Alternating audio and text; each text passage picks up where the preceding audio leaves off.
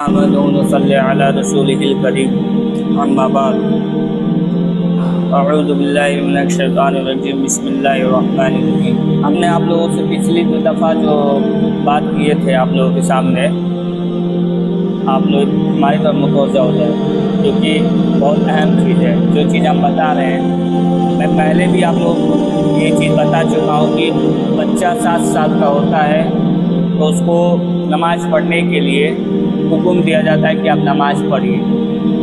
ماں باپ کے لیے ذمہ داری ہے کہ اس سے کہے نماز پڑھے 7 سال کی عمر تک۔ جب بچہ 7 سال کی عمر سے 10 سال کی عمر تک پہنچتا ہے، فرمایا گیا جب وہ نماز چھوڑے تو اس پہ والدین کو، پیرنٹس کو تنبیہ کی گئی کہ نماز نہ پڑھنے کو اس کو کیا کرو، تنبیہ کرو، یعنی سزا دو، چھوٹی موٹی ہلکا پھلکا سزا دو کہ وہ نماز کو عادی بنا لے، اپنی زندگیوں میں نماز کو اتار لے۔ ہمارے گھروں میں یہ چیز نہیں ہو رہی ہے، ہمارے گھروں میں ماحول نہیں ہے۔ آج زندگیوں سے نمازیں چھوٹ رہی ہیں۔ کیوں چھوٹ رہی ہے؟ کہ ہماری سب سے اہم وجہ یہ ہے کہ ہم نے اس پر محنت نہیں کر رہے، ہم نہ کہہ رہے نہ اپنی کوشش کر رہے۔ کیسے ہوگا؟ آج ماحول ہم خود نہیں پڑھ رہے ہیں، ہم دوسرے کو کیا توقع کر سکتے ہیں؟ یہ بھی تو مسئلہ ہے۔ ہم نہیں پڑھ رہے ہیں خود ہی، ہم دوسرے کو کیسے کر سکتے ہیں؟ ہم باپ ہی نہیں پڑھ رہا ہے تو اولاد کو کہاں سے کہے گا؟ ماں ہی نہیں پڑھ رہی ہے نماز تو اولاد سے اپنے بچے کو کیسے کہے گی؟ تو اس لیے کہا گیا ہے کہ جو آپ لوگوں کو بتایا جا رہا ہے کہ آپ کا احکام شریعہ کے لاگو ہو چکا ہے، اس لیے آپ اس بات کو دھیان رکھیے۔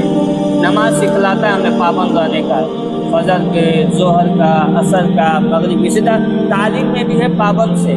کوئی بھی کام ریگولرٹی ہوتی ہے نا ایک وقت پہ، تو کیا ہوتا ہے تب اس میں ترقی ہوتی ہے، نہیں ہوگی تو نہیں ہوگی۔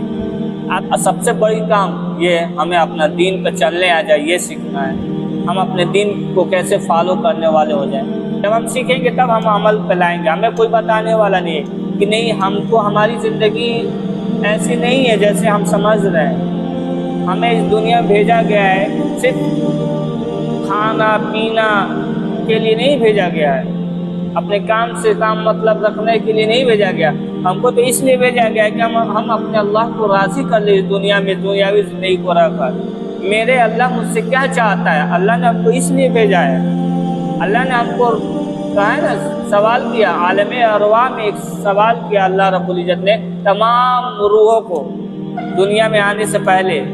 اللہ نے سوال کیا الست ربک، کیا میں تمہارا رب نہیں ہوں؟ تمام روحوں نے قالوا بلا، سب روحوں نے کہا۔ اللہ تعالیٰ اسی آزمائش کے لیے بھیجا تھی کہ اب تم دنیاوی زندگی میں جا کر بتاؤ ہمیں تم نے کتنا میرے احکاموں پہ عمل کیا، تم نے میرے کتنے حکم کو مانا، تم نے کتنے میرے احکام پہ چلنے کی کوشش کی، تم نے جو علم سیکھا ہے اس پر کتنا عمل کیا۔ یہ اللہ پوچھیں گے ہم سے، ہم ایسے نہیں بچ جائیں گے۔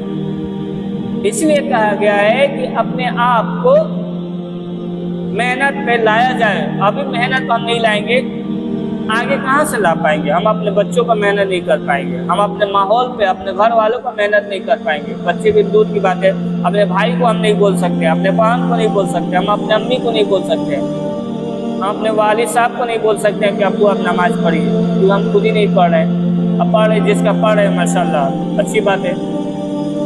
تو اس لیے ہم کو ماحول کریٹ کیسے ہوگا؟ محنت سے ہوگا نا۔ تو فرض کیا ہے؟ نماز پڑھنا ہمارا کیا ہے؟ فرض ہے۔ چھوڑیں گے تو ہم گناہ گار ہوں گے، سزا کے مستحق ہو جائیں گے۔ یہ آپ لوگ ہر ایک جان لیجیے، کوئی بھی ہو، ہر ایک پر نماز فرض ہو چکا ہے۔ جیسے جھوٹ بولنا کتنا ہمارے عام ہو گیا ہے، جھوٹ، ہر بات پر 2 کو جھوٹ، ہر بات پر 4 کو جھوٹ، مکس، کوئی بات ہمارا جھوٹ سے خالی ہی نہیں۔ اللہ حفاظت فرمائے، کوئی بات یہ حرام ہے جھوٹ بولنا۔ اسلام کی بنیاد ہی سچائی پر ہے، حق پر ہے۔ اسلام کی بنیاد سچائی پر اور حق پر ہے۔